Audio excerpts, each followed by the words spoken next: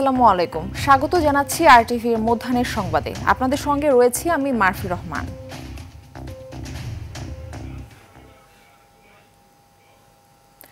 প্রকাশ করা হলো খসড়া ভোটার তালিকা। নতুন তালিকা অনুযায়ী দেশে ভোটার সংখ্যা 12,36,83,512 জন, অর্থাৎ বেড়েছে 18,33,352 জন। প্রবাসী বাংলাদেশিদের ভোটার করতে 7টি দেশ নিবন্ধন কার্যক্রম চালু হয়েছে। এ পর্যন্ত চূড়ান্ত ভোটার নিবন্ধন হয়েছে 13,151 জন।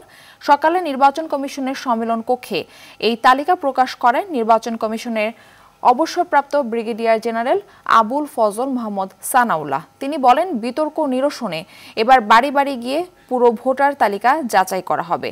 এছাড়া খসড়া তালিকা প্রকাশের পর কোনো দাবি, আপত্তি ও সংশোধন থাকলে সংশ্লিষ্ট উপজেলায় 17 জানুয়ারির মধ্যে আবেদন করতে হবে। এই তালিকার ভিত্তিতে অনুষ্ঠিত হবে জাতীয় এবং স্থানীয় সরকার নির্বাচন।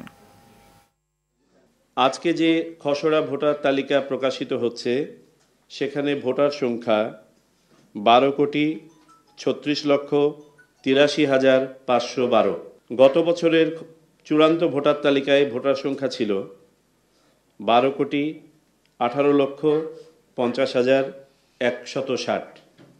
অর্থাৎ এই এক বছরে আমাদের ভোটার সংখ্যা বেড়েছে 18,33,352 জন। সরকারের চেয়ে জনগণের ক্ষমতা বেশি জানিয়ে অন্তর্বর্তী সরকারের প্রধান উপদেষ্টা অধ্যাপক ডক্টর মোহাম্মদ ইউনূস বলেছেন, ব্যক্তিসত্তা জাগ্রত হলে সব সমস্যার সমাধান সম্ভব। জাতীয় সমাজসেবা দিবস উপলক্ষে রাজধানীর মানিক মিয়া এভিনিউতে সমাজসেবা অধিদপ্তর আয়োজিত সম্মেলনের উদ্বোধন অনুষ্ঠানে এসব কথা বলেন তিনি। শুধু ব্যক্তি নয়, জনস্বার্থে ব্যবসা করা উচিত এবং সামাজিক ব্যবসার মাধ্যমে পরের স্বার্থ রক্ষা সম্ভব বলেও মন্তব্য করেন প্রধান উপদেষ্টা।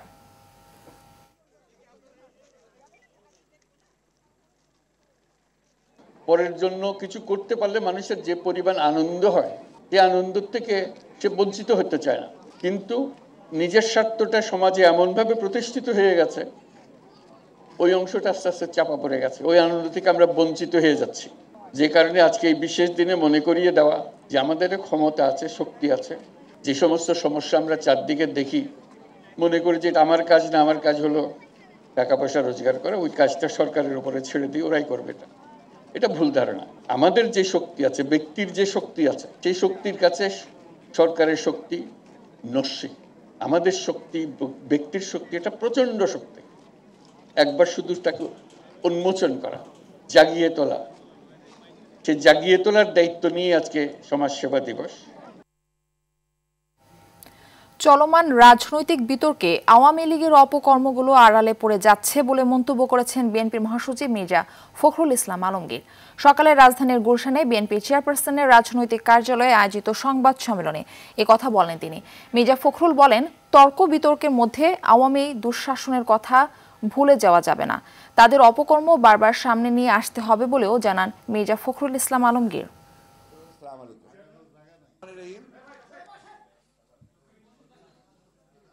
রাজনৈতিক তর্ক বিতর্কে আপনার আওয়ামী লীগের যে দুর্বৃত্তায়ন, তাদের যে চুরি, তাদের যে আপনার লুটপাট, এটা কিন্তু আপনার নিচে পড়ে যাচ্ছে। এরা একটা ধরনের সুবিধা পেয়ে যাচ্ছে। এই কথাগুলো আমাদের বারবার বলা দরকার।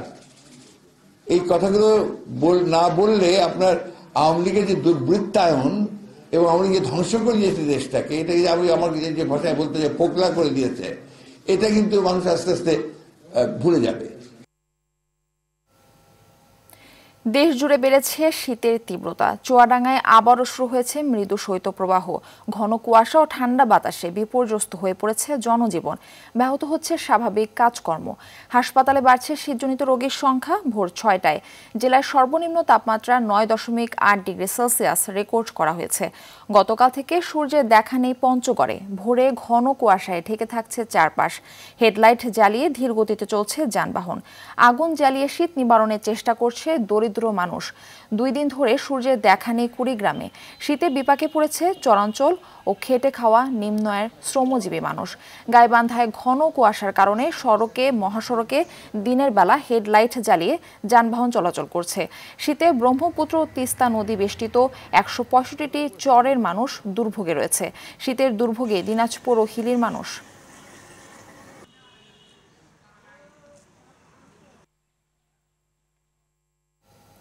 এই মুহূর্তে পঞ্চগড় থেকে আমাদের সঙ্গে সরাসরি যুক্ত হচ্ছেন সহকর্মী হারুনুর রশিদ। হারুন, জনজীবনে শীতের কি প্রভাব পড়েছে জানাবেন আমাদের।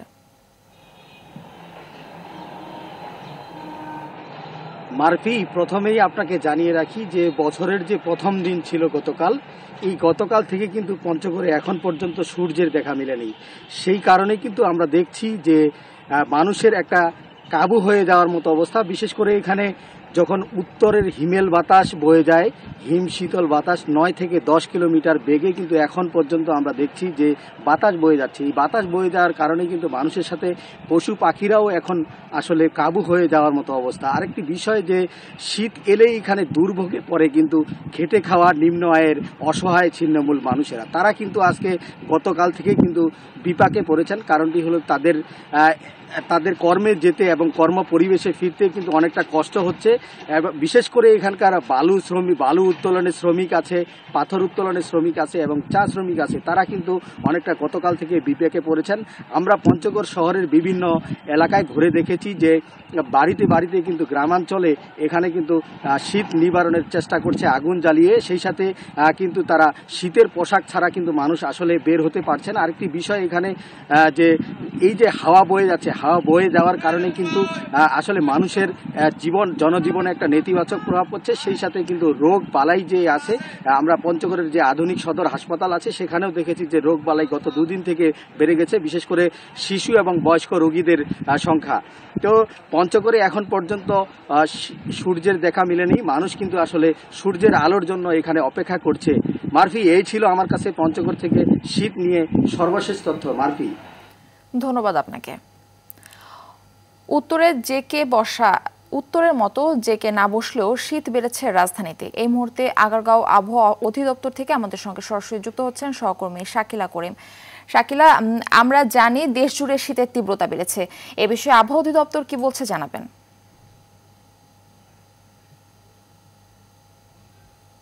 মারফি, আপনি কিন্তু দেখতেই পাচ্ছেন যে বেলা এখন ঘড়িতে 12টা বাজে, কিন্তু এখনো পর্যন্ত কিন্তু সূর্যের দেখা মেলেনি।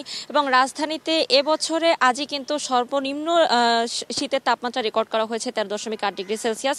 এবং পুরো ডিসেম্বর জুড়ে শীতের দেখা না মিললেও কিন্তু জানুয়ারির শুরু থেকে মোটামুটি রাজধানীবাসী শীতের দেখা পাচ্ছেন। এবং সকাল থেকে যে যানবাহনগুলি সব হেডলাইট জ্বালিয়ে রাস্তায় চলাচল করছে, এবং একই সাথে কিন্তু খেটে খাওয়া মানুষদের সংখ্যা কিন্তু একটু কমই ছিল।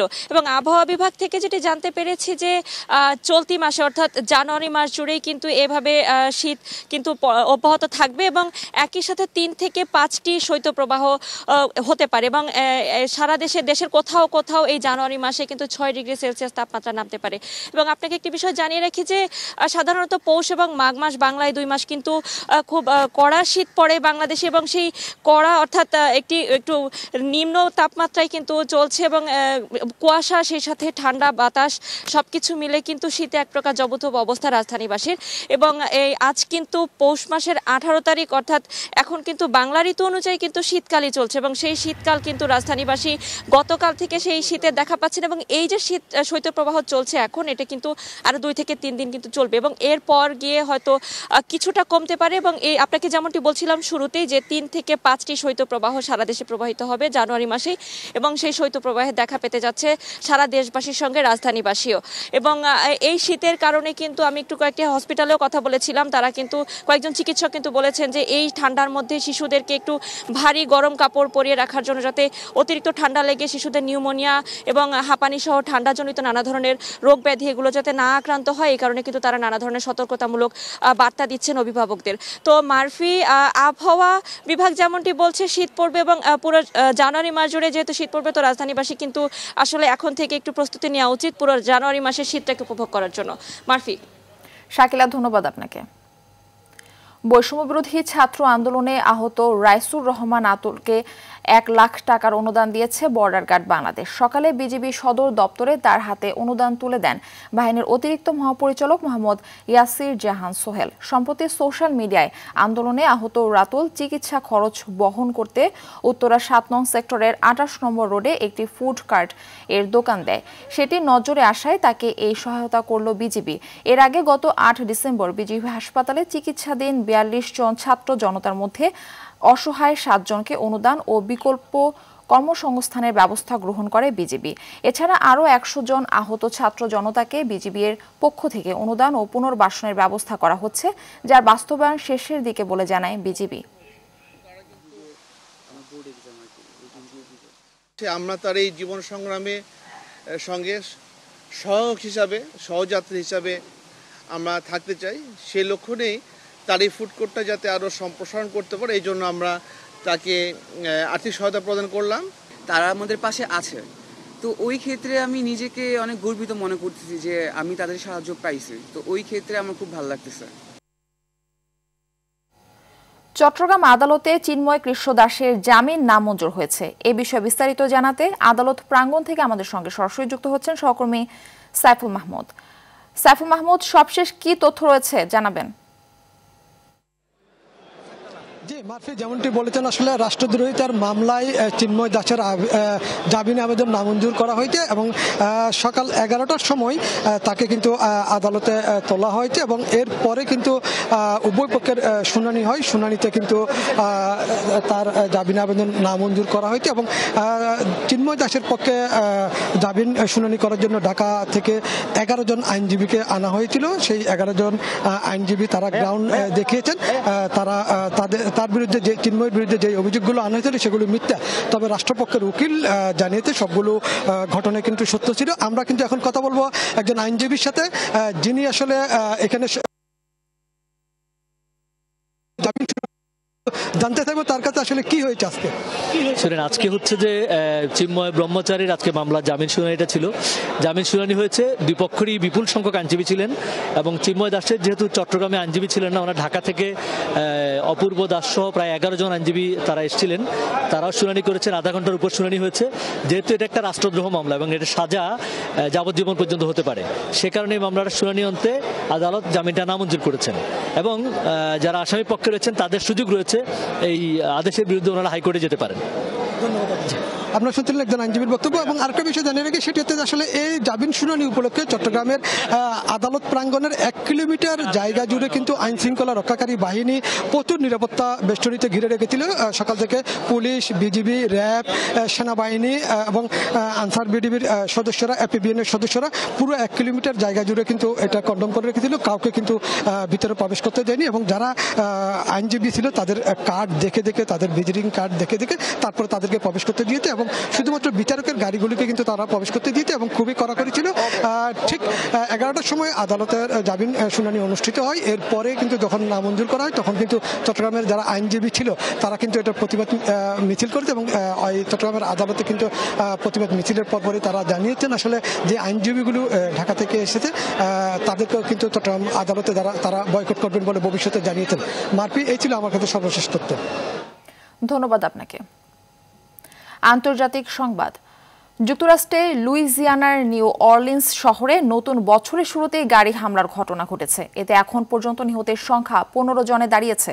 আহত হয়েছে 35 জন। সন্দেহভাজন হামলাকারী পুলিশের গুলিতে নিহত হয়েছে।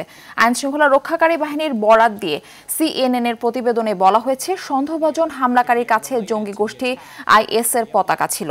হামলায় ব্যবহৃত পিকআপে IS এর পতাকা পাওয়ার কথা জানিয়েছে মার্কিন তদন্তকারী সংস্থা FBI।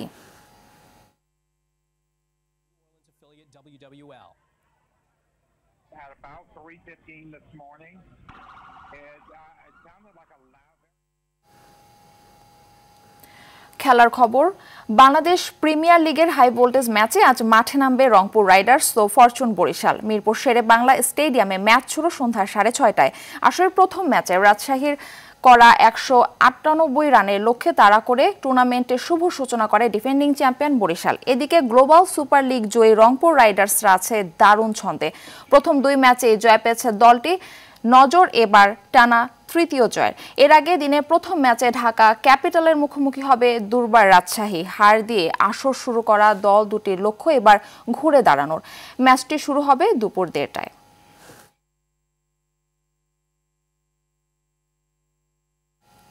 মধ্যাহ্নের সংবাদ এ পর্যন্তই। দুপুরের সংবাদ 2:45টায় দেখার আমন্ত্রণ রইল। ধন্যবাদ সবাইকে।